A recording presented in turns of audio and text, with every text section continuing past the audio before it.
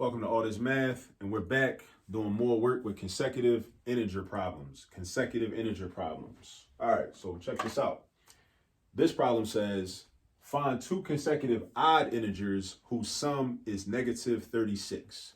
Don't get intimidated because the sum is a negative number. We treat that the same way we're going to treat a positive number. We do the math the same way. We set the equation up the same way. We find expressions to represent each of the numbers the same way. And as long as we know how to add and subtract and multiply and divide with negative numbers, then we're cool. All right. So we're looking for two consecutive odd integers. Odd integers such as 1, 3, 5, 7, 31, 33, 35, 103, 105, 107, 109, 111, 113. Those are some examples of some consecutive odd integers. Also on the negative side, negative 37, negative 35, negative 33. Those are examples of consecutive odd integers. All right, so first thing we want to do is we're looking for two consecutive odd integers. So we want to find an algebraic expression to represent the first number. So you want to write this on your paper. First number, you can write out the word number if you want to, it don't really matter. First number, we'll call that x.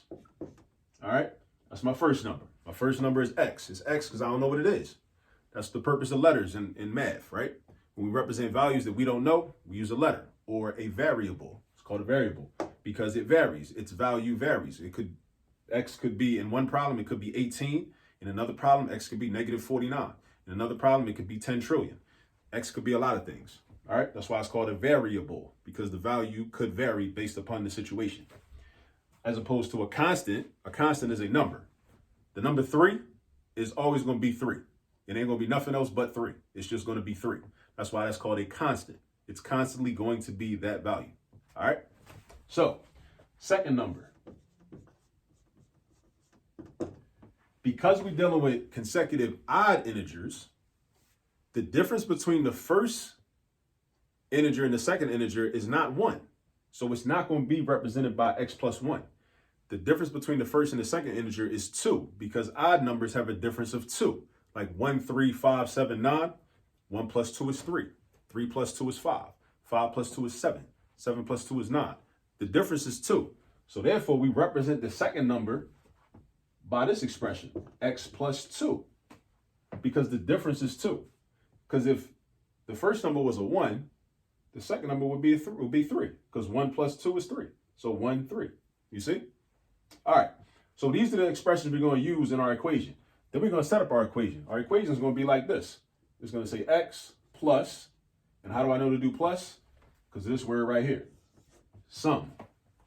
The sum is the result you get when you add things together, not when you subtract things, not when you multiply things, not when you divide things, when you add things.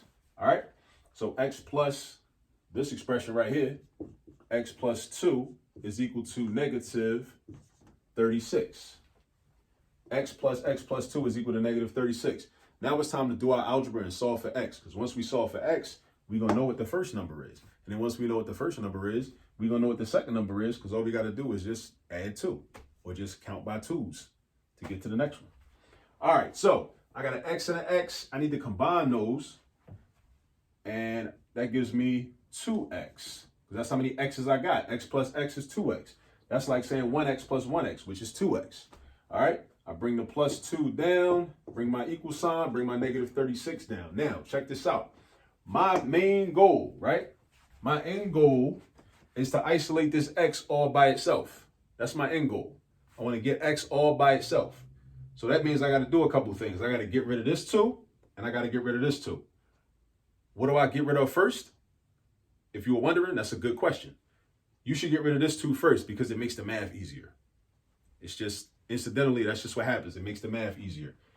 In this particular problem, it's not really going to make a difference, but in a lot of problems, it will make the math easier if you get rid of the constant that stands alone first.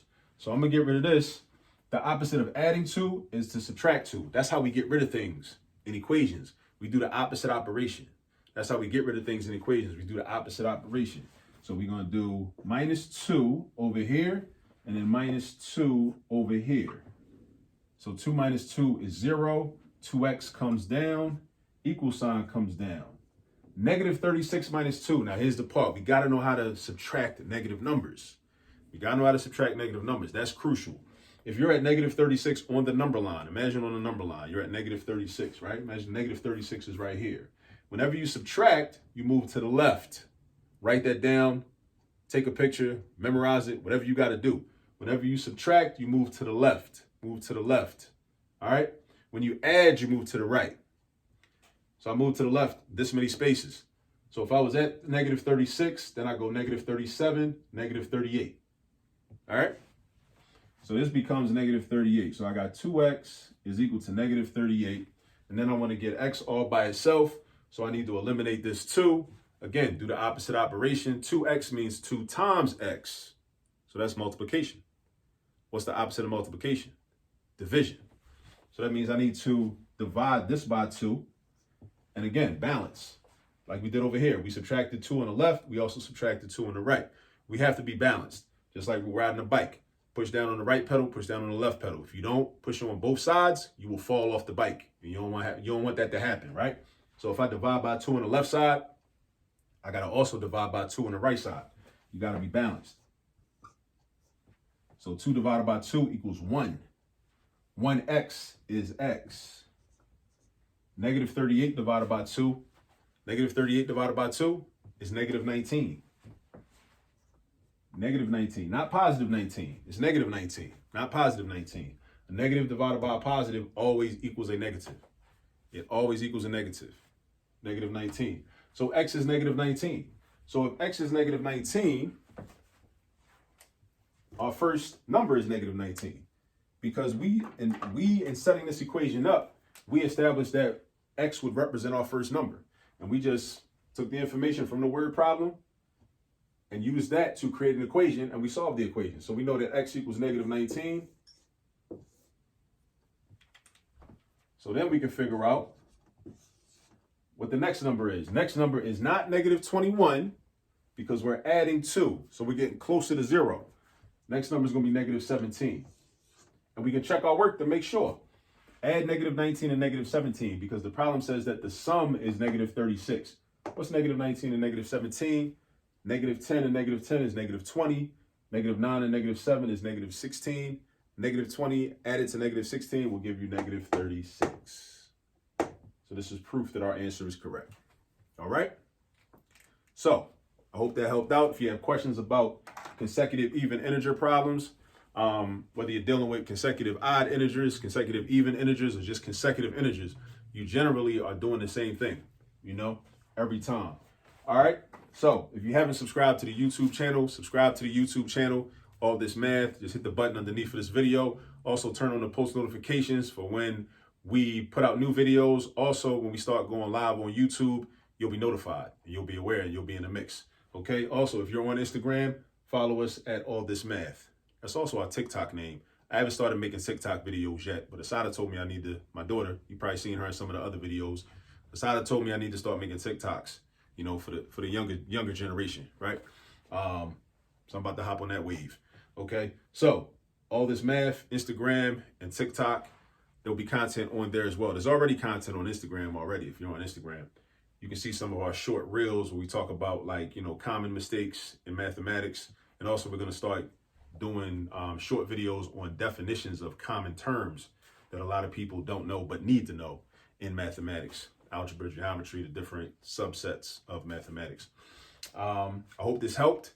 If you have any questions on it, please rewind, go back, look at it step by step, make sure everything makes sense.